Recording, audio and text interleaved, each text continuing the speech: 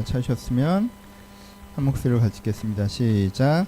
그 후에는 이스라엘의 모세와 같은 선지자가 일어나지 못하였나니 모세는 여호와께서 대만하여 아시던 자요 여호와께서 그를 애굽 땅에 보내사 바로와 그의 모든 신하와 그의 온 땅의 모든 이적과 기사와 모든 큰 권능과 위엄을 행하게 하심에 온 이스라엘의 목전에서 그것을 행한 자이더라. 아멘. 안녕하세요. 오늘은 신명기 마지막 시간 8번째 시간으로 함께 하도록 하겠습니다. 모세에 대해서 신명기 맨 마지막은 이렇게 기록하고 있습니다. 이스라엘에서 모세와 같은 선지자가 일어난 적이 없다라고 표현합니다. 물론 시제가 현재이기 때문에 그럼에도 불구하고 예언적인 메시지가 담겨있기 때문에 구약 성경에 얼마나 많은 선지자들이 있었습니까? 하지만 성경에서 정해놓기를 모세보다 위대한 선지자는 없다라고 얘기할 정도로 모세에게 큰 권위를 싣습니다. 모세가 그렇게 권위가 있는 이유는 첫 번째로는 하나님을 대면하여 알던 자, 하나님의 생각과 마음을 누구보다 잘 알던 사람이었고 그가 이집트에서 행했던 그 모든 기적, 그 영향력을 세상에 가장 크게 미쳤던 사람이라고 평가합니다. 그 모세가 이스라엘에게 유언으로 설교하는 것이 신명기라고 했습니다. 그러니까 얼마나 무거운 것입니까? 이것이 얼마나 중요한 것입니다. 우리는 신명기 전체를 오늘 간단하게 총정리를 하면서 다시 한번 돌아볼 텐데 여러분들 7번 동안 들었던 설교를 다시 한번 상기해 보시면서 그 무거운 메시지를 우리가 다시 한번 마음에 깊이 담았으면 좋겠다라고 생각합니다. 맨 처음에 했던 설교는 무엇이었죠? 기억나십니까? 맨 처음에 했던 설교는 소망에 대해서 헌신하라고 설교했습니다. 그렇죠? 가나안 땅에 들어가는 소망은 분명히 주셨어요. 근데 그 소망을 기다리면 그 소망이 옵니까? 아니죠. 그 소망을 향해서 움직여야 그 소망이 온다라고 모세는 설교하고 있어요. 가나안 땅에 그 대적들이 알아서 사라지는 게 아니에요. 가나안 땅에 아무도 없는 무지공산에 대해서 나한테 그냥 기적적으로 주어지는 것이 아닙니다. 그 소망을 받았다 뿐이지 이들의 눈앞에는 멀쩡하게 선명하게 뭐가 있어요? 이제까지 한 번도 겪어보지 못했던 강한 적군이 거기에 있습니다. 그렇죠? 근데 그 적군을 보면서 하나님께서 내 앞에서 그 적군을 다 없애주신 것도 아니에요. 내가 하나님께 주는 소망을 보면서 그 적군을 향해서 내가 내 칼을 들고 달려 나가는 겁니다. 그렇죠? 이게 소망에서 어떻게 하는 거예요? 헌신하는 거예요. 그 소망을 바라보면서 몸을 한번 던져야 된다는 거예요. 내가 그렇게 몸을 던지지 않으면, 헌신하지 않으면, 기다리고만 있으면 그냥 상황이 나아지는, 내가 꿈꾸던 결과가 그냥 나한테 찾아오기를 그냥 기대하고만 있으면 그것이 되지 않는다. 그러니까 어떻게 하라고 얘기합니까? 소망에 대해서 헌신하라고 합니다. 그 다음에 무슨 얘기를 하죠? 사명에 대해서 성실하라고 했던 것이 두 번째 설교입니다. 들어가는 이유가 있어요. 그쵸? 그 땅에 들어가는 이유가 있습니다. 내가 잘 먹고 잘 살라고 내가 성공하라고 들어가는 것이 아니라고 분명히 말씀하셨어요. 가서 하나님을 섬기고 서로 사랑하며 공동체의 세상을 만들으라고 말씀하셨습니다. 그렇죠? 가서 해야 되는 것이 그거예요. 그 사명을 기억하고 어떻게 해야 됩니까? 성실해야 합니다. 여러분, 헌신이 차라리 쉬운 거 아시죠? 헌신은요, 번지점프 뛰는 것처럼 한번 확 던지면 돼요. 그렇죠? 한번 확 결정하면 돼요. 하지만 성실은 내가 매일 결정해야 돼요. 내가 매일 나를 던지는 거예요. 여러분, 높은 데서 한 번 뛰어내리는 게 더 쉽습니다. 낮은 데서 매일 뛰어내리는 것보다. 내가 오늘 내 마음대로 살고 오늘 내 뜻대로 살고 오늘 내가 원하는 대로 살고 싶은 마음이 든다 할지라도 하나님께서 나에게 이 삶의 기회를 준 이유가 무엇인지 기억하고 내가 오늘 해야 되는 것들을 해나가기 시작하는 것입니다. 이게 두 번째 설교였어요. 내가 하나님 이런 것들이 필요합니다. 내가 이렇게 하겠습니다. 라는 생각으로 직장을 주셨어요. 그럼 가서 어떻게 해야 돼요? 나를 위해서 직장 생활을 하면 안 되죠. 내 기적으로 하면 안 돼요. 내가 원래 여기서 무엇을 하려고 생각하는지 기억하면서 그 일들을 해야 되는 거예요. 여러분들에게 어떤 인연을 주길 바라셨습니까? 그것이 가족을 향하는 것입니까? 감사하십니까? 그럼 내가 소비자처럼 굴면 안 되고 그럼 나는 이 건강한 관계를 위해서 무엇을 해야 되는지 고민하셔야 된다. 내가 사명에 성실해야 돼. 모세의 두 가지 설교를 맨 처음에 합니다. 그렇죠? 이게 소망에 헌신하고 사명에 성실하라라고 스토리 설교로, 예화 설교로, 그리고 과거의 경험을 기억하면서 설교했습니다. 그 다음에 모세가 무슨 설교를 하죠? 그 다음에 모세가 네 은혜의 마음을 키우기 위해서 하나님에 대한 믿음을 가지라고 설교하죠. 그렇죠? 여러분, 첫 번째는 뭘 얘기했어요? 제사를 얘기했죠. 두 번째는 뭘 얘기했어요? 두 번째는 율법에 대해서 얘기했죠. 세 번째는 뭘 얘기했어요? 절기에 대해서 얘기했습니다. 그냥 그 형식을 지키라고 그런 거예요? 아니죠. 제사를 통해서 뭐예요? 내가 하나님을 향해서 갖고 있는 그 은혜의 마음, 진리의 마음이 항상 새롭게 살아날 수 있도록 하라고 하는 거죠. 내가 율법을 통해서 10계명을 지키고 11조를 지키고 내가 먹지 말아야 될 걸 안 먹고 그것을 통해서 뭘 하라고 그랬어요? 내가 삶에서 자족하는 삶을 사는 것이라는 자기 기준을 확립하라고 했죠. 그렇죠? 그리고 내가 삶에서 내가 희년을 지키고 안식년을 지키고 절기들을 지키면서 나 혼자 그러는 것이 아니라 우리가 그러는 거라는 이 사람의 사회적 태도에 대한 것이죠. 그렇죠? 그러니까는 모세가 세 번째는 뭘 하라고 하는 거예요? 내가 이 소망에 헌신하고 사명에 성실하기 위해서 가져야 되는 진리의 마음, 사랑의 마음, 공동체의 마음이 내 안에서 자라날 수 있도록 자라남의 시간들을 가지라고 하는 거예요. 그렇죠? 내 마음이 그 속에서 내 그런 선한 마음이 내 안에 자라날 수 있는 시간과 공간을 확보해서 네 안에 영적인 마음, 은혜로운 마음이 자라날 수 있도록 하라는 게 모세의 세 번째 설교였어요. 모세의 네 번째 설교는 뭐였죠? 내가 이런 건강한 마음을 자라게 해야 되는 부분도 있지만 이 건강한 마음이 자라지 못하게 들어오는 나쁜 마음을 씻어내야 된다는 게 네 번째 설교였죠. 그렇죠? 나쁜 마음이 들어온다는 거예요. 어떤 마음이 들어와요? 두려움이 들어와요. 이기심이 들어오죠. 무관심이 들어오죠. 의심이 들어와요. 그렇죠? 그리고 세속적 사고방식이 들어오죠. 사회를 하나님의 시선으로 보는 게 아니라 요즘 유행하는 생각들이 들어와요. 요즘 다들 그렇게 생각하는 생각들. 무엇이 우리를 더럽힙니까? 요즘 유행하는 생각을 내가 그저 받아들이게 하는 거예요. 내가 의심하고 무관심해지는 거예요. 내가 사람에 대해서. 내가 내 자신에 대해서 두려움과 이기심을 중심에 세우는 것. 그것이 나를 어떻게 한다는 거예요? 계속 더럽힌다는 거예요. 내가 이기심과 두려움이 내 마음의 중심에 있고 내가 사람에 대해서 의심하고 무관심하고 그리고 내가 세상에 대해서 남들 다 생각하는 요즘 시대의 트렌디한 그냥 세속적 사고방식을 진리처럼 받아들이면 내 속이 어떻게 되는 거예요? 더러워진다고 표현하죠. 그렇죠? 내가 나의 나됨을 잃어버린다고 얘기하는 거예요. 그러니까 어떻게 해야 돼요? 반복적으로 이걸 씻어야 된다고 얘기하죠. 씻으면 뭐가 필요하다고 그랬어요? 근데 제사의 은혜가 필요하다고 했죠. 그렇죠? 그러니까 모세가 세 번째, 네 번째는 뭘 설교합니까? 네 내면을 지키기 위해서 건강한 마음을 키우고 나쁜 마음을 씻어내는 걸 습관을 가지라는 거예요. 그렇죠? 이게 모세가 세 번째, 네 번째 했던 설교예요. 그 다음에 모세가 뭘 설교하죠? 그 다음에 모세가 하는 설교는 선택하라는 거예요. 그렇죠? 운명론적으로 기다리면 주어지는 삶을 사는 게 아니라는 거예요. 내가 내 내면을 향한 선택과 삶을 향한 선택을 하면 그 결과가 와요. 하지만 내가 내 내면을 향한 선택과 삶을 향한 선택을 하지 않으면 그 선택하지 않은 결과가 나타온다는 거예요. 복과 저주가 너희 앞에 있나니란 말이에요. 그렇죠? 누가 만들어가는 거예요? 내가 만들어가는 거예요. 그러니까 내가 정신을 똑바로 차리고 내가 무슨 선택을 해야 될지 고민해야 된다고 했어요.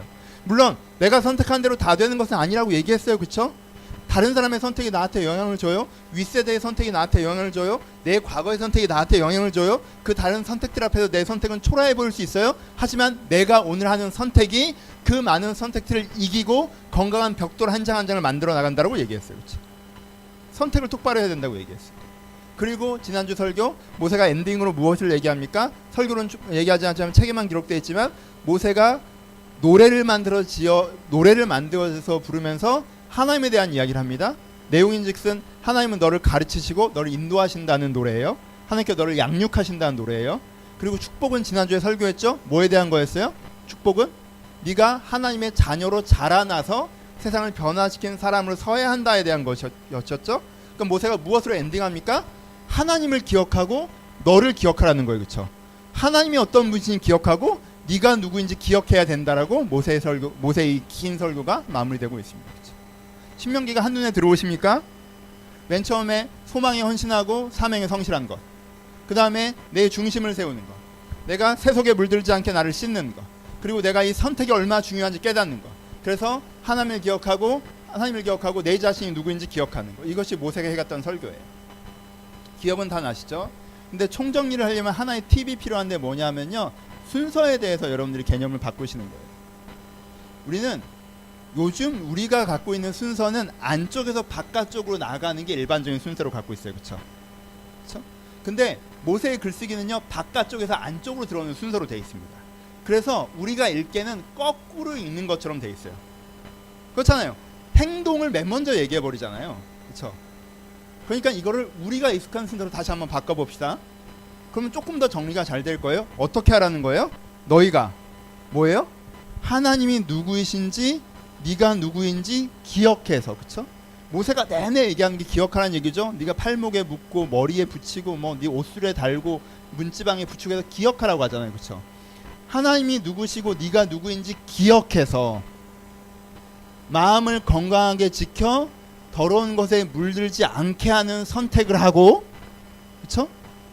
네가 삶에서 소망에 헌신하고 사명에 성실한 선택을 한다면 하나님께서 너를 아름다운 결과로 만들어내실 것이다 라고 얘기하는 거죠. 그렇죠? 이 순서가 여러분들 훨씬 익숙하죠? 보세요. 맨 처음이 뭐예요? 내가 기억하고 마음을 세우는 선택을 하며 그 세워진 마음대로 삶에서 실천하는 선택을 한다면 네 안에 하나님께서 원하셨던 결과를 만날 것이다 라고 이야기하고 있는 게 신명기 전체 메시지가 되는 거죠. 그렇죠? 그러니까 모세는 지금 무슨 얘기를 하는 거예요? 이걸 한 단어로 하면 무엇입니까? 여러분, 이게 한 단어로 하면 신앙생활이에요. 그렇죠? 여러분, 신앙생활이라는 게 뭐예요? 신앙생활이라는 게 내가 하나님의 말씀을 이해하고 기억한 이후에 그거 알기만 한다고 돼요? 아니죠. 하지만 맨 처음엔 알아야죠. 율법이 출발이란 말이에요.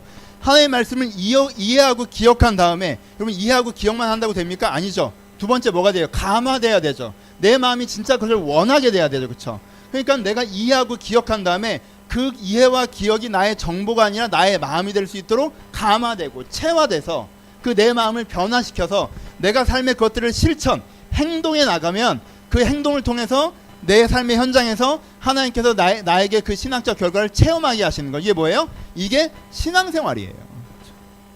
모세는 간절하게 얘기하는 게 무엇입니까?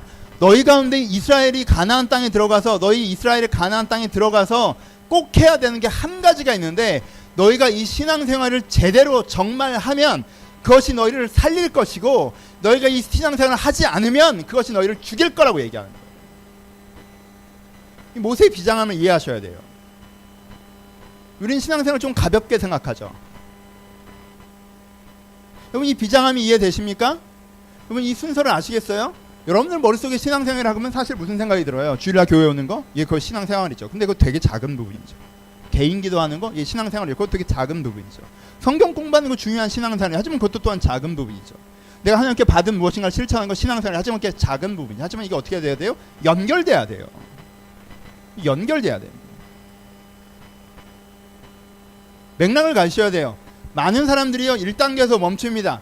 하나님에 대해서 이해는 해요. 그렇죠? 하나님에 대해서 이해는 했어요. 설교를 들어서 저 말이 맞는 것 같아. 와, 설교 좋다. 명쾌하다. 이해가 됐어. 이해만 해요. 근데 주중에 잊어버려요.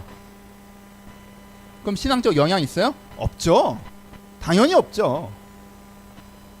여러분, 공부도 그렇게 하면 영향이 없어요. 강의 들을 때 무슨 말인지 알 것 같다 라고 해서, 그리고 나서 그냥 많은 사람이 어디 있습니까? 알 것 같으면 그걸 도표해서 외워야 되잖아요. 그래야 내가 풀 거 아니야. 그렇지 않아요? 그때 이해가 되는 것 같았다는 그 느낌만 갖고 있는 사람이면 그게 도움이 돼요? 안 돼요? 안 돼요. 신앙생활은 이렇게 하면 안 된다고요. 그게 신앙생활이 안 된다니까요. 주일날 교회만 왔다 갔다 해요. 와서 설교가 좋았던 적도 있고 안 좋은 적도 있어요. 많은 사람들이 이렇게 신앙생활 하죠. 주일날 와서 좋았어요. 좋았어. 근데 기억이 안 나. 또 좋았어. 기억이 안 나. 이거 5년 하고 10년 해보십시오. 그러면요 비슷한 설교 해요. 그렇잖아요. 비슷한 설교를 한다고요. 그러면 나중에 어떻게 돼요? 저 얘기 들었던 얘기인 것 같아. 그쯤 되면 자기가 신앙이 성숙했다고 생각을 한다니까. 난 교회를 너무 많이 달아서 이제는 다 들어본 얘기만 해. 그래서 난 새롭지가 않아. 그게 신앙의 성숙이에요? 아무 상관없는 거예요. 성숙과 이해만 하는 거예요. 계속. 하지만 그 이해가 기억되지도 않죠. 그래서 막상 삶에서는 그것이 적용될 수가 없어요. 첫 번째, 이해하셔야 돼요. 이스라엘 백성들은요 여기서 앞에서 이해를 다 했어요. 그쵸? 창세기, 출애굽기, 레위기, 민수기의 경험으로 이해를 했단 말이에요. 그러니까 지금 여기서 뭘 하라고 하는 거예요? 이해했던 걸 다시 설명해 주면서 기억하라고 얘기하는 거죠. 여러분, 암송하셔야 돼요. 암송이라는 게 성경 구절을 외우라는 게 아니에요. 그것도 필요하죠. 성경 구절 자체를 암송하신 것도 필요하지만 여러분들이 깨달은 것들을 외우셔야 된다는 거예요. 내가 이렇게 살아야지, 하나님이 이런 분이시구나, 인생은 이런 방향으로 가야 되는 거구나, 은혜라는 게 이런 것이구나, 진리라는 게 이런 것이구나, 내가 이런 사람이구나 라고 여러분들이 말씀 가운데 배운 게 있으십니까? 그거 한 줄, 두 줄, 세 줄로 다 요약됩니다. 그쵸? 아무리 좋은 설교라도 두 줄이면 요약할 수 있어요. 그러니까 그것을 요약한 다음에 어떻게 하셔야 돼요? 외우셔야 돼요. 제가 지난번에 했던 40분, 50분짜리 설교를 그냥 소망에 헌신하라는 두 단어로 설명해 버리잖아요. 이해가 됐으면 그 다음에 외울 수 있다는 거예요. 짧게. 내가 1년, 2년, 3년, 4년 설교를 들어왔습니까? 내가 성경 공부를 창세기부터 계시록까지 해나가고 있어요? 그럼 거기서 이해되는 걸 외우셔야 돼요. 그것이 내 생각이 되게 외워야 그게 어떻게 돼요? 내 사고방식이 된다는 거예요. 그쵸? 외우셔야 돼요. 외운 다음에 뭐 하셔야 돼요? 외워서만 신앙이 돼요? 아니죠. 그 다음에 뭐가 필요해요? 내가 알긴 아는데 내가 그런 사람이 아니잖아요. 그럼 뭐가 필요해요? 감화가 필요하죠. 여기서 뭐가 필요해요? 은혜가 필요하죠. 여기서 만져주심이 필요하죠. 그러니까 여기서부터 기도가 필요해지는 지점이죠. 하나님께서 내가 이해는 됐어. 근데 체화가 안 됐어. 그럼 내가 어디에 집중해야 돼요? 실천에 집중하면 안 돼요. 그러면 흉내만 내는 게 된단 말이에요. 그럼 그때부터 무슨 고민을 해야 돼요? 내가 이걸 정말 원할 수 있도록, 내가 이것이 내 마음의 진심이 될 수 있도록 지속적으로 어떻게 하는 건? 감화하는 시간들을 가져야 돼요. 그렇죠? 감화가 돼야 되는 게 신앙생활입니다. 우리가 이해와 기억은 하는데 감화는 안 된다? 그럼 기독교적 단어와 원리와 어떤 가치관들을 술술술 교회에서 얘기하긴 하는데 사람 자체는 드라이해요. 사람 자체는 메말라 있어요. 사람 자체는 날카로워요. 사람 자체는 딱딱해요. 그 원리대로 사실 본인의 내면이 역동하고 있지 않은 걸 느끼게 해요. 암송은 자랑이 아니에요. 암송은 체화로 가는 지름길. 체화가 돼야 돼. 감화가 돼야 돼. 그러니까 2단계입니다. 신앙생활의 3단계는요. 실천하죠. 여러분 감화의 경험이 있으시죠? 어떤 사람은 감화의 경험이 있어요. 막 뜨겁게 눈물이 흘려지는 게 그 감화잖아요. 내가 눈물 흘리면서 막 그런 마음이 없었는데 그런 마음이 생겨난단 말이에요. 감화를 받았어요.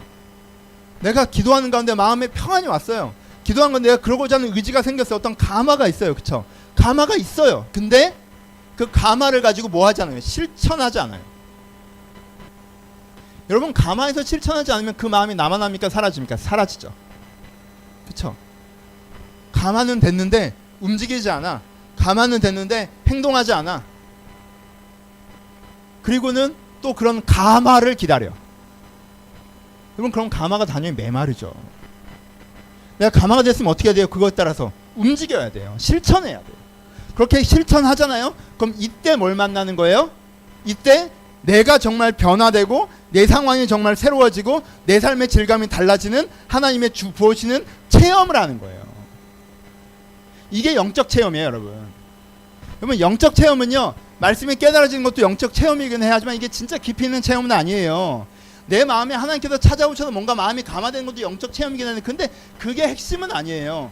내가 깨달아지고 감화받은 다음에 실천했더니 내가 변하고 삶이 변하는 걸 경험할 때 그것을 진정한 의미에서의 영적 체험이라고 하는 거예요. 이게 원 세트로 다 한꺼번에 온단 말이에요.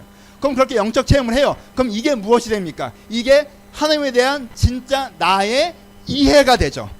성경에서 배우고 설교자한테 듣고 강의로 이해한 것이 아니라 내가 삶으로부터 깨달은 하나님에 대한 나의 이해가 된단 말이에요. 그 이해가 나에게 기억이 되면 그것이 다시 감화를 가져오고 그 감화가 다시 한번 실천을 가져올 때 이에게 신앙의 선순환이 만들어지는 거예요.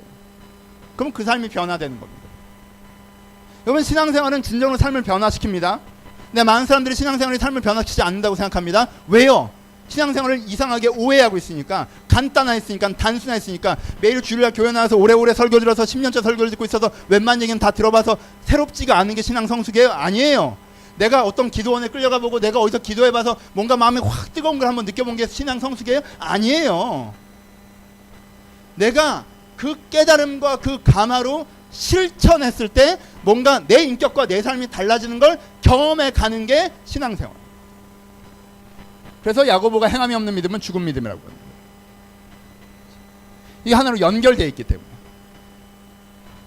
여러분 모세라는 이 위대한 사람이 성경에서 모세보다 위대한 선지자가 없다라고 했는데 그 위대한 사람이 자기의 죽음 앞에서 자기가 가장 사랑하는 사람들을 떠나면서 마지막으로 했던 설교가 이 설교예요. 그렇죠? 신앙생활이 너희를 살리고 그렇지 않으면 너희가 죽을 거라고 얘기한 거예요. 여러분들 그것을 가볍게 들을 것인가 무겁게 들을 것입니까? 여러분 가나안 사람들 가나안 들었던 이스라엘 백성들은 이걸 가볍게 들었다 망한 거예요. 우리는 이것을 어떻게 됐습니까? 이제 적용으로 갑시다. 좀 가볍게. 생활이라는 단어로 다시 시작해 볼까요? 생활. 살아있는 동안의 활동이죠. 생활. 그러니까 여러분들이 살아있는 한 여러분들은 뭘 하고 있는 거예요? 생활을 하고 있는 거예요. 그렇죠? 살아있는 활동을 한단 말이에요. 생활에는 4가지가 있습니다. 갑자기 소리 지르다가 이러니까 좀 그래요? 전반부는 모세의 심령이 굉장히 내가 동의돼서 하고 싶어서 하는 거고, 후반부는 이제 내 입장에서 하는 거예요. 나는 원래 약간 난 그렇게까지 비장한 사람은 아니잖아. 조금 가볍게 갑시다. 적용을 좀 해보죠. 생활에는 4가지가 있습니다. 첫 번째는요, 생존 생활이 있어요. 생존 생활. 여러분들이 생존 생활을 하고 계시죠? 식사하시죠? 먹어야 살잖아요. 하루에 3번 먹어야 살아요. 2번만 먹어도 살고 1번 먹어도 살 수 있지만 기본 우리는 3번 정도 먹죠. 그래서 40일 안 먹으면 사람 거의 죽어요. 그렇죠? 40일만 여러분들 그 생활을 안 해도 죽는단 말이에요. 그러니까 여러분들이 뭘 하고 있는 거예요? 먹는 것으로 오늘도 생존 생활을 하시는 거예요. 그러면 잠자는 것도 생존 생활입니다. 계속 안 재우면 그거 못 삽니다. 아시죠? 제일 심한 고문 중에 하나가 잠을 안 재우는 고문이에요. 그러니까 잠을 자야 우리가 살 수 있어요. 그것도 생활이에요. 그렇죠? 그렇죠? 그리고 우리가 추웠기 때문에 옷을 입어야 돼요. 여러분 이쁘자고만 입은 게 아니라 따뜻하라고 입은 거잖아요. 그렇죠? 옷을 입어야 돼요. 그리고요 씻어야 돼요. 이쁘게 보이려고 씻는 것도 있지만 왜 씻는 거예요? 그럼 병 안 걸리려고 씻는 거예요. 개인 위생의 첫 번째는요, 질병으로부터 자유하고 싶은 거예요. 그렇죠? 이가 썩을까봐 닦는 거고요. 어디서 내가 세균에 감염될까봐 씻는 거예요. 그렇죠?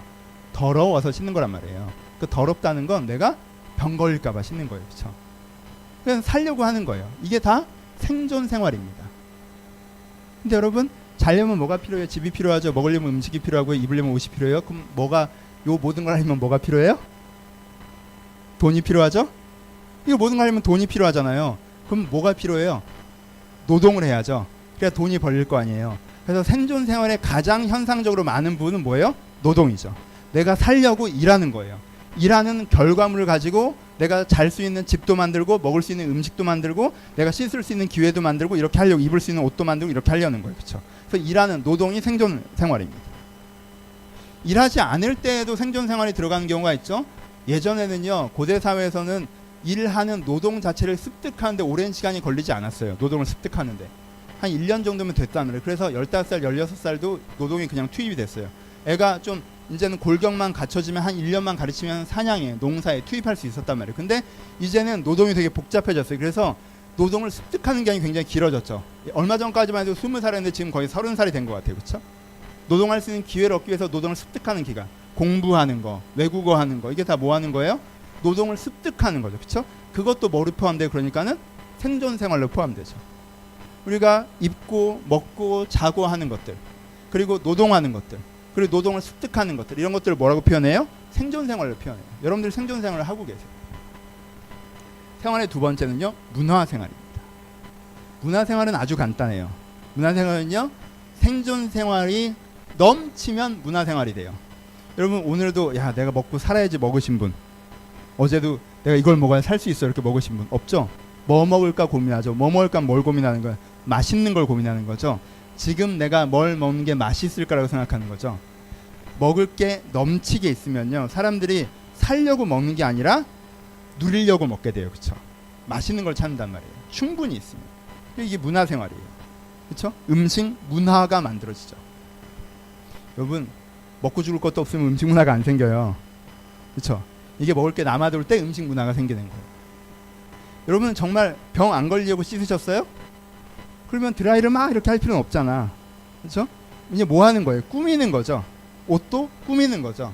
내가 먹는 것도 맛있는 거, 외모도 이쁘게, 그리고 내가 잠자는 집도 사실 자려면 요만한 공간만 있으면 잘 수 있는데 되게 잘 때 공간이 탁 트였으면 좋겠고, 채광도 좋았으면 좋겠고, 그리스식이었으면 좋겠고, 혹은 북유럽 스타일이었으면 좋겠고, 이케아에 가고 물건을 사고 인테리어를 달고 등을 고치고 그런 다음에 누워서 뿌듯해하고, 그냥 자면 안 보이는 것들을 위해서. 왜 그렇게 하죠? 문화가 된 거죠. 주거 문화가 되는 거예요. 그렇죠? 노동도 넘치면 문화가 되죠. 내가 먹고 살 고민 없이 뭔가 축적이 되면요, 어떤 일을 생각해요? 먹고 살려고 일해요? 아니죠.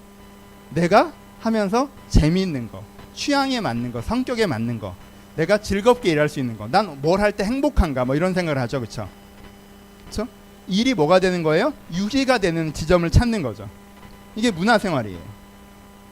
그래서 사실은요, 사람들이 논다고 생각하지만 그게 일이 문화화되는 거죠. 여러분 오락이요, 얼마나 다 오락을 이렇게 보고 있으면요 정말 그렇게 힘든 게 없어요. 저희 아들이 하는 오락을 보면요, 어떤 그 주인공 애가 막 동굴을 기어서 가고 있는데 그 얼마나 힘든 거예요. 중간중간 귀신 나오고 또 칼로 물리쳐야 되고 또 그러다 죽잖아요. 또 그렇잖아요.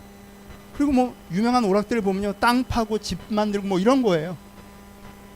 사람들이 그 오락을 한다고 하는 것들을 다 뭘 하는 거예요? 사실은 노동이에요, 일종의. 그러면 싸우는 것처럼 힘든 노동이 어디 있습니까? 3분만 해도 기력이 다 쇠진한 게 싸움인데. 근데 노동에서 뭐만 제거하는 거예요? 노동에서 그 책임과 피로도만 제거하고 누릴 수 있게 만드는 것들이죠. 그렇죠? 그래서 내가 재밌으려고 하는 활동들, 어업을 하는 것이 아니라 낚시라는 취미를 하는 거. 그렇죠? 내가 수렵 채집을 하는 게 아니라 등산이라는 취미를 하는 거. 이게 노동도 문화가 되는 지점이죠. 그래서 두 번째, 생존 생활이 있으면 두 번째 문화 생활이 있는 거예요. 세 번째부터는 좀 빨리 가볼까요? 세 번째는 사회생활이 있죠. 사회생활은 뭡니까? 타인과 교류하는 거죠. 타인과 교류하는 게 어떤 도움이 돼요? 타인과 교류하는 건 내 생존 생활에도 도움됩니다. 그러면 혼자 가서 사냥하는 것보다 같이 가서 하는 게 좋죠, 그렇죠? 내 문화 생활에도 도움됩니다. 혼자 노는 것보단 같이 노는 게 더 좋아요, 그렇죠? 그러니까 내가 타인과 협력함으로 내가 문화 생활과 내 생존 생활을 더 풍요롭게 하는 것들을 사회생활이라고 해요, 그렇죠? 관계적 생활이죠. 내 정서가 풍요로워지기도 하고 업무가 풍요로워지기도 하고, 그렇죠? 네 번째는 내면 생활이에요. 내면 생활은 무엇입니까? 내면 생활은 첫 번째, 학습과 성찰을 통해서 바른 가치관들을 세워나가는 거예요. 지성의 생활. 공부하는 거죠. 그런 노동의 습득의 공부가 아니라 진리가 무엇인지 알고 싶어서 하는 공부들. 철학서적을 읽고 인문서적을 읽고 무슨 소설책을 읽고 이렇게 하면서 내가 무엇이 맞는지 알려고 하는 공부들. 그리고 성찰. 내 삶을 돌아보고 내 자신을 돌아보고 인생을 돌아보면서 뭐가 맞는지 어떻게 살아가야 되는지 하는 가치관을 구하는 것. 이것이 내면 생활의 첫 번째 지성의 생활이에요. 내면 생활의 두 번째는 정서의 생활이에요. 정서의 생활이라고 하는 내 감정을 들여다보고 이 감정을 공감하고 소통하는 거예요. 내 자신과 공감하는 거죠. 내가 느끼는 감정을 내 자신과 공감하고 내가 느끼는 감정을 타인과 공감하면서 내 정서를 아름답게 가꾸어 나가는 것이 두 번째 내면 생활이에요. 세 번째는 의지의 생활이에요. 내가 뭔가를 하고자 하는 열정이 사라지고 내가 뭐가 하고자 하는 의지가 사라지는 것이 아니라 내가 지속적으로 어떤 일들에서 의지를 가질 수 있도록 내 의지를 감화시킨 것, 내 의지를 함양시키는 것들이 의지적인 의미에서의 내면 생활이에요. 그렇죠? 그 내면 생활이라고 하면 내 인격을 다듬는 생활이에요. 내 지성, 내 정서, 내 의지라고 하는 지정의라고 하는 내 인격을 더 아름답게 가꾸어 나가는 생활이 내면 생활입니다. 그렇죠? 신앙생활, 종교인 같은 경우에는 여러분들이 기독교인이라면 여러분들 신앙생활은 이 내면 생활에 들어가 있습니다. 그렇죠? 여러분들 내면 생활은 상당 부분 이 신앙적 생활이 될 거예요. 신앙이 없는 분들도 내면 생활이 있어요. 하지만 신앙인들은 신앙을 통해 이 내면 생활을 만들어가는 거죠. 그렇죠? 봅시다. 여러분들은 어떤 생활들을 하고 계십니까? 생활의 균형이 깨질 때 이것은 우리 가운데 심각한 문제로 다가옵니다. 생활의 균형이 깨질 때 심각한 문제로 다가와요. 여러분, 부모님이 아이에 대해서 굉장히 분노할 때가 있어요. 언제요? 생활의 균형이 깨질 때죠. 어떻게? 애가 지금 공부를 해야 되는 고등학생인데 오락만 하고 있어요. 뭘 하지 않고 뭘 하는 거예요? 생존 생활을 해야 되는 지점에 문화 생활을 하고 있는 거예요. 그러니까는 기가 막혀지는 거죠. 그렇죠? 왜요? 뭐보다 뭐가 더 중요하니까. 문화 생활보단 생존 생활이 더 중요하니까라고 하는 거죠. 그렇죠? 아래만 있는 게 아니죠. 위도 있죠. 여러분들 지금 이제 경험하시죠. 부모님 세대. 아버님이 건강이 안 좋으신데 담배 술을 안 끊으세요. 그럼 자식들 보기 얼마나 답답해요. 왜요? 담배 술은 뭐예요? 문화 생활인 거예요. 누리는 거예요. 근데 건강은 뭐예요? 생존 생활이에요. 생존 생활, 문화 생활을 하자고 생존 생활을 건드는 거예요. 그러면은 그걸 보고 있는 자식들은 되게 화가 나는 거죠. 아버지 좀 그만해. 어머니 좀 그만 좀 해. 이렇게 되는 거죠. 그렇죠?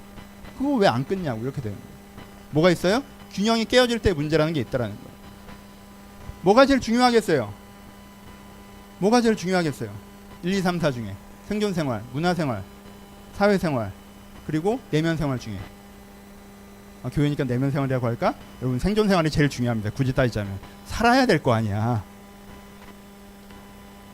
가끔 밥을 안 먹으면서 주를 묵상하지만요, 죽을 것 같으면 먹습니다. 그래서 인간은 40일 이상 금식하지 않아요. 왜요? 45일쯤 하면 죽으니까. 그렇죠? 그러니까 굳이 따지자면 일단은 생존 생활이 중요해요. 왜요? 생존 생활이 없으면 죽으니까. 근데 그것만큼 중요한 게 내면 생활이에요. 왜요? 내면 생활이 없으면 살아도 산 게 아니니까. 내면 생활이 없으면요, 내가 뭘 해야 될지도 몰라요. 내가 저걸 해야 되는데 할 수 있는 의지가 안 생겨요. 마음이 안 생겨요. 능력이 없어요. 내가 막 어떤 감정에 막 휘몰아치는데 이걸 멈출 수가 없어요. 내면 생활이 안 되면요, 살아도 산 게 아니에요. 난데 내가 아니에요. 그렇죠? 어찌할 바를 모르겠다는 게 가장 정확한 표현이에요. 내면 생활이 안 되는 사람은요, 어찌할 바를 모르는 상태에서 살아가게 됩니다. 사실 이 사람의 내면은요, 어찌할 바를 몰라요. 되게 숨기고 과장하고 왜곡하지만 사실 내가 지성의 생활이 안 돼 있고 정서의 생활이 안 돼 있고 의지의 생활이 안 돼 있기 때문에 어찌할 바를 모르는 상태가 되는 거예요. 그러니까 살아도 사는 게 아닌 상태라고 표현하는 거예요. 그래서 내면 생활이 굉장히 중요해요. 내 생존 생활만큼이나 내면 생활이 중요해요. 근데 죽으면 기회가 없으니까 굳이 따지자면 생존 생활이 더 중요하다고 얘기할 수 있죠. 그렇죠? 하지만 1, 4번이 굉장히 중요합니다. 그리고 2, 3번이에요.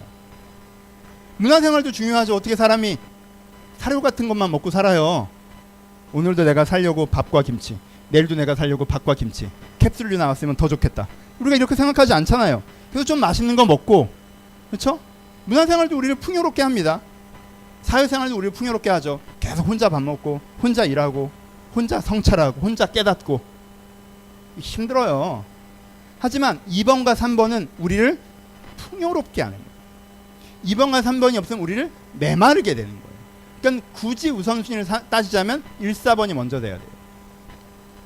여러분 순서가 어때요?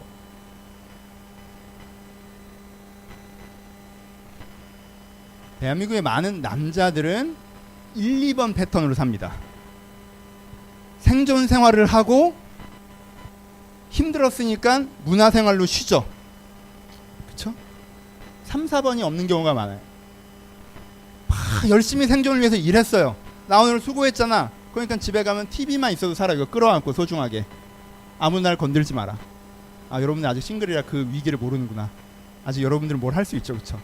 하지만 결혼하게 되면 여러분들이 다른 걸 할 돈과 시간은 사모님이 가져가세요. 그러니까 여러분들은 TV만 남아. 그걸 끌어안는 거야.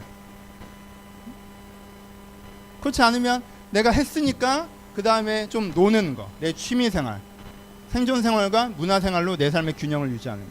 그래서 사실 내면생활이나 사회생활은 극히 없는. 여자분들은 주로 어떻게 하세요? 생존생활과 여자분들은 TV만 있으면 안 돼요. 사회생활 있어야 돼요. 내 말을 들어주는 존재가 있어야 돼요. 하지만 듣고 대꾸하면 안 돼요. 듣고 그냥 반사만 해야 돼요.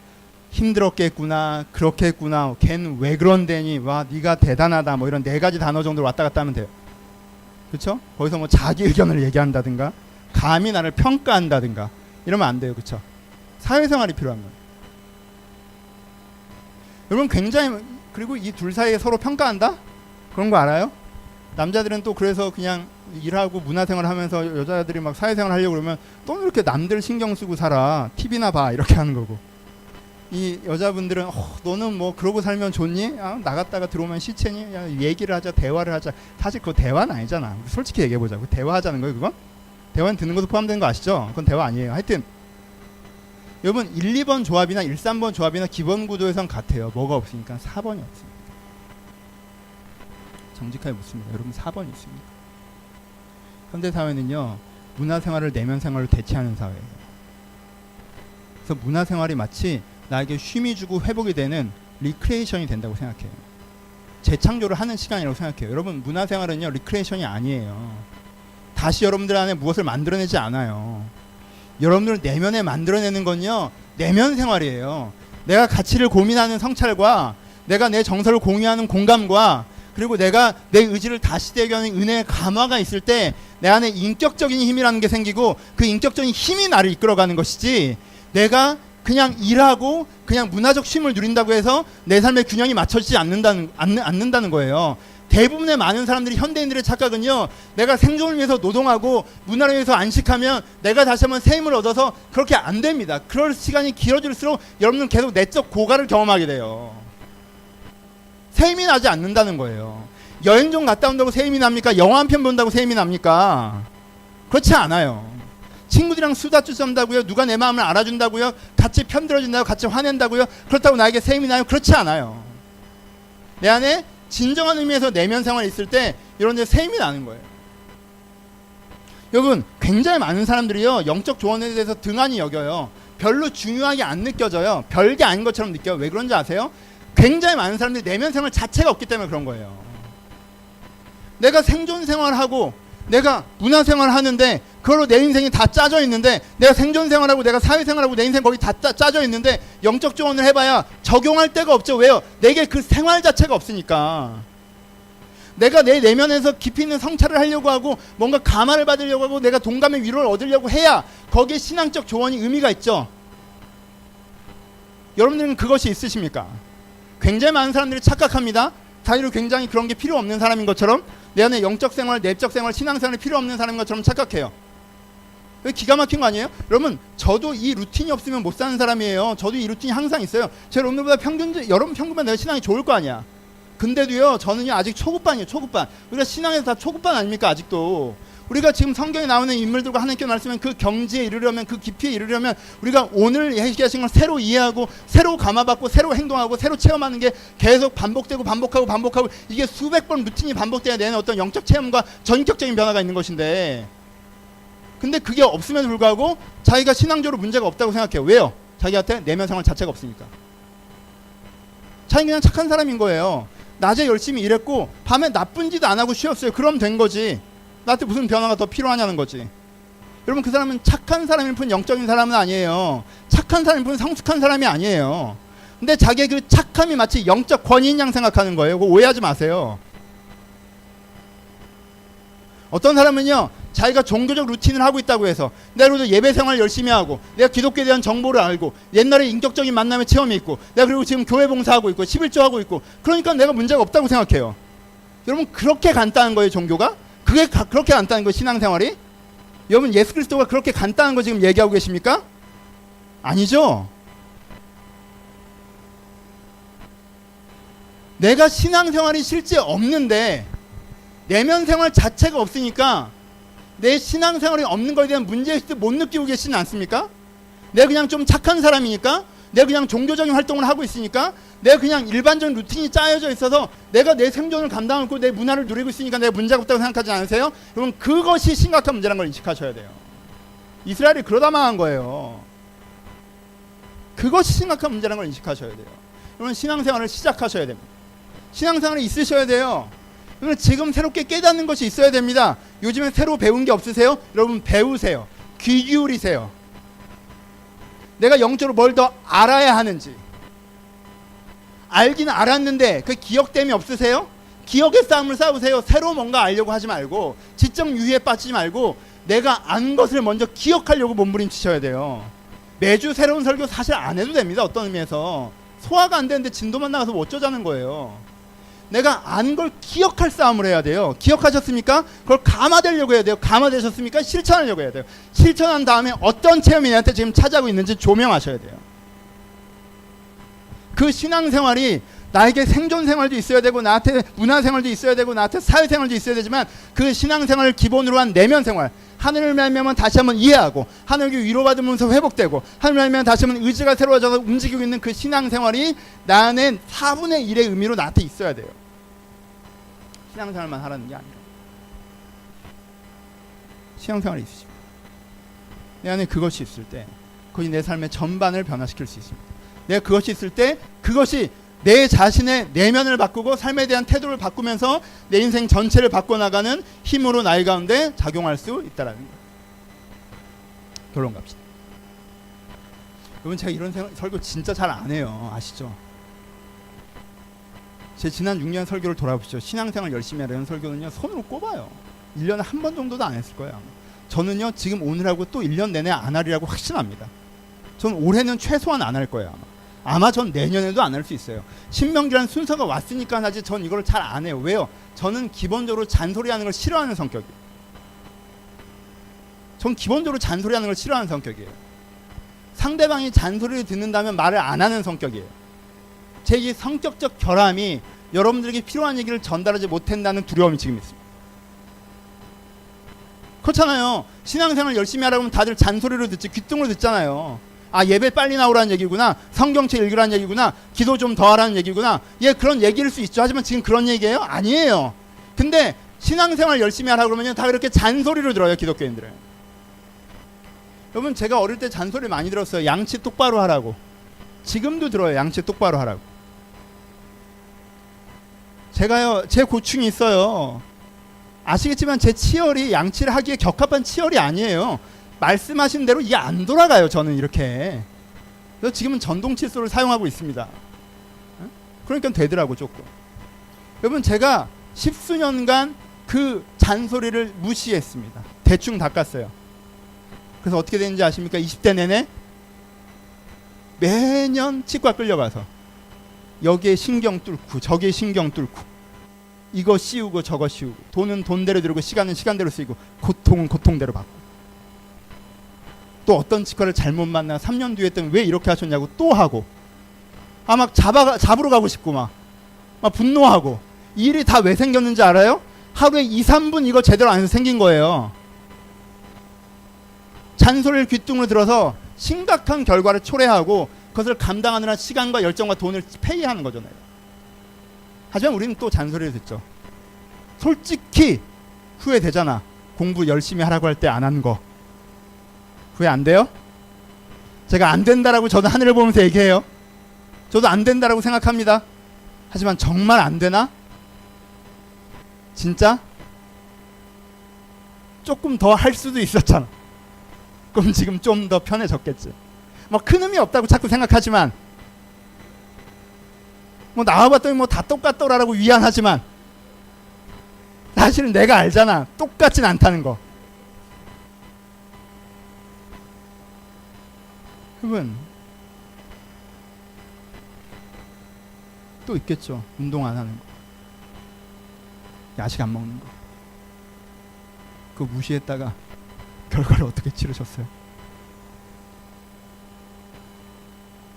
근데 그것보다 더 심각한 게 내면생활을 포기하지 말라는 잔소리예요.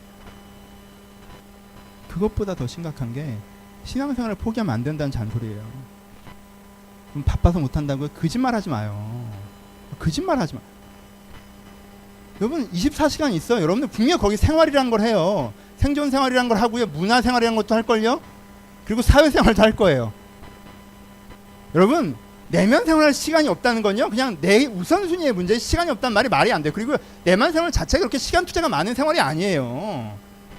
많이 들여봐야 하루에 30분이에요. 하루에 30분 들이는 사람 있어요? 많이 들여봐야 하루에 30분이에요. 하루에 30분이면 성경도 4-5장 읽고요, 내가 오늘 하루에서 기도하기에 충분한 시간이에요. 그리고 나머지는 시간이 안 들어요. 지하철 다닐 때 내가 이렇게 사는 게 맞나 고민하고, 내가 무엇인가 선택할 때 이게 하나님 앞에서 바른 선택인가 생각하고, 절대 시간이 많이 드는 게 아니라는 거예요. 요즘엔 그런 마음이 안 들어. 여러분, 내면생활이 취미생활입니까? 여러분, 그런 마음 안 들면 세수 안 하세요? 그런 마음 안 들면 밥 안 먹어요? 그런 마음 안 들면 출근 안 해요? 그런 마음 안 들어도 출근 안 하시는 분, 부장님, 제가 오늘 그럴 마음이 아니라, 제가 그럴 마음이 아니거든요. 오늘은 정말 그럴 마음이 아니에요. 제가 아침에 깜짝 놀랐어요. 제가 정말 여길 가니 죽고 싶다는 마음이 들더라고요. 근데 어떻게 갑니까? 그런 사람 있어요? 생존생활은 하시죠? 이거 안 하면 큰일 난다는 생각이 있으니까. 근데 내면생활은 기도할 마음이 안 생기고, 성경 읽을 마음이 안 생기고, 그럴 마음이 언제 생기는데 도대체? 언제 생겨요? 그런 마음이 생겨서 하는 게 아니에요. 이 잔소리를 여러분들의 마음에 새기셔야 됩니다. 왜? 1년 동안 못 들을 거니까. 오늘 결정하세요. 다음 기회는 없을 수도 있어요. 올 한 해는 없을 거예요. 무엇인가 내가 이 생활에 집중해야 된다. 내가 대충 편린, 그냥 교회 왔다 갔다 하니까 내가 이건 하니까 저건 하니까 그 정도가 아니라, 내가 진짜 이 시작부터 이 끝 원세트가 있어야 되는데, 내가 이것이 있느냐 없느냐, 내가 이것을 해야겠다. 하루에 5분이건 10분이건 30분이건. 여러분, 이번 신명기 기간이 끝나면 제가 이 얘기 안 할 거예요. 안 합니다. 난 안 할 사람이야. 내가 알아요. 여러분들 성경 읽어야 돼요. 기도해야 돼요. 여러분들 깨달은 거 기억해야 됩니다. 여러분들 감아받으려고 몸부림쳐야 돼요. 실천해요. 이거 하셔야 돼요. 하셔야 돼요. 그럼 살고, 안 하면 죽습니다. 마무리합시다. 모세라는 위대한 선지자가 있었어요. 모세라는 위대한 선지자가 있었습니다. 성경이 그에 대해서 표현하길, 이스라엘에 이런 선지자는 다시 없을 거라고 얘기했어요. 그리고 그 선지자가 성경이라는 이름을 가지고 무겁게 우리 가운데 이야기합니다. 신앙생활을 하라고. 말씀을 이해하고 기억하며 감화받아 변화되어 그것을 실천하는 그 신앙생활을 하라고 우리 가운데 무겁게 얘기합니다. 이 무거운 말씀 어떻게 들으시겠습니까? 여러분 가끔 성경 읽다가 그런 얘기들 하시죠. 이사야가 이렇게 얘기하는데 히스기야는 어떻게 변질될 수 있었대요?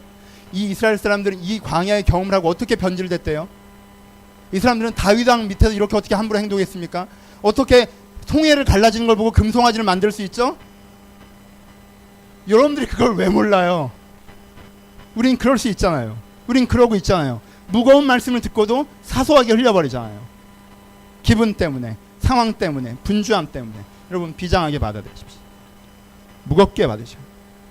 아버지 내가 주의 말씀을 이해하고 기억하고 감화되고자 몸부림치고 감화되었다면 실천하고 그래서 주가 내 인생에 일하시는 것을 체험하게 하소서. 그렇게 내 안에 신앙생활이 있을 때 주님께 나를 변화시키실 것인데 그것을 누리게 하여 달라. 여러분 보십시오. 하나님께는 환경을 바꾸십니까? 여러분들을 바꾸십니까? 하나님께서 환경을 바꾸시지만 이스라엘을 바꾸신 이후에 이스라엘을 통해서 환경을 바꾸시는 거 아닙니까? 40년 동안 광야에서 이스라엘을 바꾸신 이후에 그 이스라엘을 통해서 환경을 바꿔 나가시는 것이 하나님 아니십니까? 그 전에도 이스라엘이 변하지 않는데 환경이 바뀐 적도 있죠. 메추라기가 온 적도 있고 만나가 내린 적도 있고. 근데 그 환경의 변화가 그 인생에 큰 의미가 있나요? 없어요. 결정적인 의미가 없어요. 그가 바뀌어서 그가 바뀐 것을 통해서 바뀌는 환경만이 그 인생의 결정적인 의미가 있습니다. 그러니 이 신앙생활, 내가 변화되어 삶이 바뀌는 이 신앙생활 결단하시고 헌신하시는 여러분들 주의 이름으로 축원합니다. 우리 같이 찬양하시겠습니다. 주 사랑이 나를 숨쉬게 같이 찬양하실 텐데 주님만이 내 아픔하시며 주님만이 내 삶 어루만지네 어느 누구도 나를 향하신 주님의 사랑을 끊을 수 없네. 여러분 이 얘기가 좋은 일이 생긴다는 얘기예요? 전 그럼 이 찬양 못합니다. 왜요? 무슨 좋은 일이 얼마나 많이 생겼어요. 내 인생에 그러진 않았어요. 응? 어느 누구도 나를 향하신 주님의 사랑을 끊을 수 없네. 주님께서 나를 막 도와주시고 주님께서 나를 새롭게 하시고 상황적으로 그렇지 않았어요. 근데요 내면적으로 그렇게 하셨어요. 언제나 다시 시작할 수 있도록 해주셨어요. 그렇죠? 언제나 다시 시작할 수 있도록 다시 깨닫게 하시고 감화시키시고 내가 움직일 때 내가 그 은혜로 움직이면 그에 대한 결과들을 만나게 하셨어요. 제 인생이 분명히 그러셨습니다. 제가 그의 의견을 무시하고 감화되놓고도 행동하지 않고 제가 이렇게 은혜를 흘려보내는 것들 때문에 내 인생이 충분히 변하지 않는 부분이 있는 것이지 하나님께 우리가 분명히 그렇게 하셨습니다.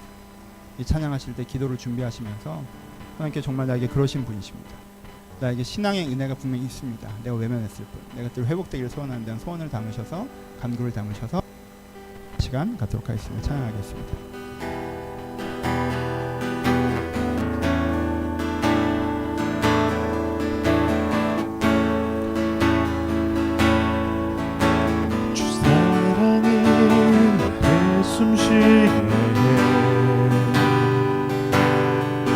세상 그 어떤 어려움 속에도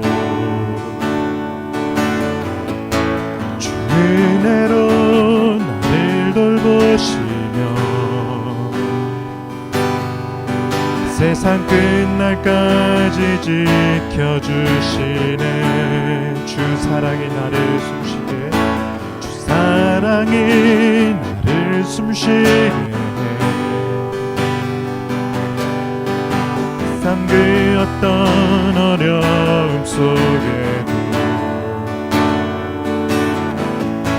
주 은혜로 나를 돌보시며 세상 끝날까지 지켜주시네. 주님만이 내 아픔 아시며 주님만이 내 맘 어루만지네. 어느 누구도 나를 향하신 주님의 사랑을 끊을 수 없네. 주님만이 내 능력이시며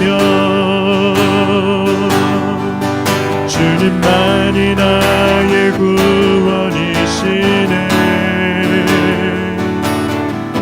어느 누구도 나를 향하신 향하신 주님의 사랑을 끊을 수 없네. 주 사랑이 나를 이끄시네. 주 사랑이 나를 이끄시네. 내가 갈 수 없는 그곳으로, 갈 수 없는 그곳으로. 주의 사랑 나를 붙드시며 세상 끝날까지 인도하시네. 주님만이 내 아픔 아시며 주님만이 내 맘 어루만지네. 어느 누구도 나를 향하신 주님의 사랑을 끊을 수 없네. 주님만이 내 능력이시며 주님만이 나의 구원이시네. 어느 누구도 나를 향하신 주님의 사랑을 끊을 수 없네. 주님만이 내 능력이시며 주님만이 나의 구원이시네. 어느 누구도 나를 향하신 주님의 사랑을 끊을 수 없네. 반주해 주시고 한 10분 정도 한번 묵상했으면 좋겠습니다. 여러분 신앙생활 어떻게 하고 계십니까? 그냥 이게 신앙생활일까요? 그냥 교회 왔다 갔다 해보는데 뭔가 감동이 없네. 그냥 나는 이거 해보는데 뭐 이렇지 않네. 뭐 그렇게 이해는 됐는데 마음은 안 바뀌네. 뭐 마음이 좀 바뀐 것 같았는데 내가 행동은 잘 안 되는구나. 이렇게 진짜 정말 강 건너 불구경하듯이. 여러분 그렇게 해서 되지 않는 거 아시죠? 그렇게 해서 되지 않는 거 아시죠? 여러분 영어 공부도 그렇게 해서 안 되고요. 다이어트도 그렇게 해서 안 되고요. 그렇게 해서 되는 건 없어요. 하물며 영혼을 바꾸겠다는데, 하물며 내 마음을 바꾸겠다는데 어떻게 그렇게 되겠습니까? 여러분은 신앙생활 한번 들여다보시고, 우리가 너무 가벼운 마음을 하고 있었다면 지금 내게 은혜가 필요합니까? 이해가 필요합니까? 결단이 필요합니까? 내게 필요한 부분들을 깨닫게 하시고 하나님 앞에 진짜 신앙생활을 시작하게 하여 주옵소서. 여러분 신앙생활을 돌아보시고 계획하시면서 한 10여 분 묵상하며 고백하며 기도하기를 소원합니다. 기도하겠습니다.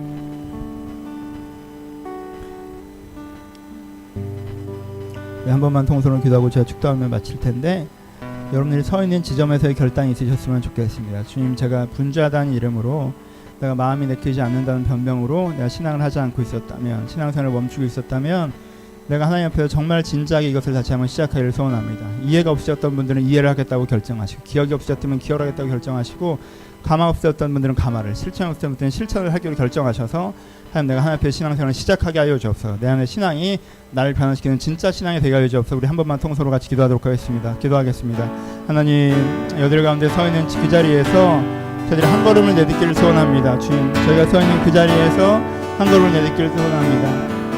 아버지, 이해가 있었지만 기억이 없었던 자들 가운데 기억함이 있게 하시고, 기억이 있었으나 감화가 없었던 자들 가운데 감화됨이 있게 하시고, 감화가 있었으나 실천이 없던 자들에게 실천함이 있게 하시고, 아버지, 실천하고 있는데 주의 은혜의 결과를 만나지 못하여 애통하고 있는 자들이 있다면 주님께 체험하게 하셔서 하나님께 내 인생의 살고 계심을 누리게 하여 주옵소서. 이렇게 저희의 마음이 변화되어져 나가며, 이렇게 저희들의 삶이 변화되어져 나가며, 저희가 주 앞에 한 걸음 한 걸음 나아가는, 아니 내면이 변화되는, 인격이 성숙하는, 하나님을 닮아가는, 아니 그런 참 신앙이 우리 가운데 있기를 소원하오니, 우리 한 사람 한 사람 주님께서 찾아오셔서 이 참 신앙의 가정이 우리 가운데 일어나게 하여 주옵소서. 이 참 신앙의 가정이 우리 가운데 이루어지게 하여 주옵소서. 이 참 신앙의 가정을 통하여서 우리가 다시 한번 세움을 얻고 내려도 아버지 앞에 나아간 자리 될 수 있도록 우리를 축복하시고 축복하여 주옵소서. 아버지 은혜로 가지고 소원하오니 주 함께 하여 주옵소서.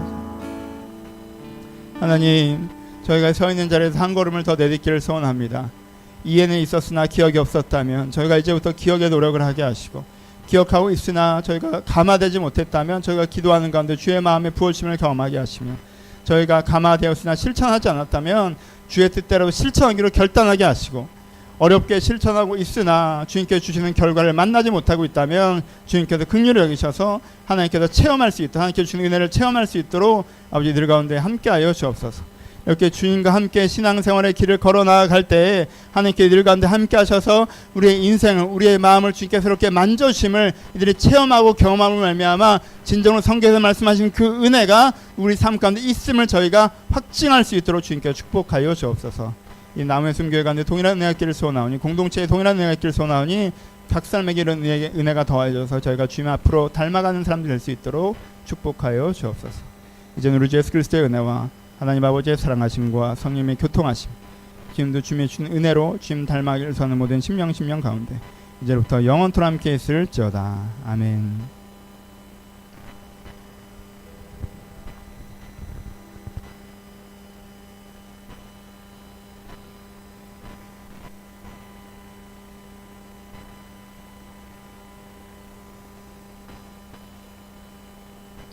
서로 주님께 감사의 박수 나누시겠습니다. 감사합니다. 예배 함께 해주셔서 감사하고요. 은혜 동참해 주셔서 감사합니다. 광고 말씀드리겠습니다.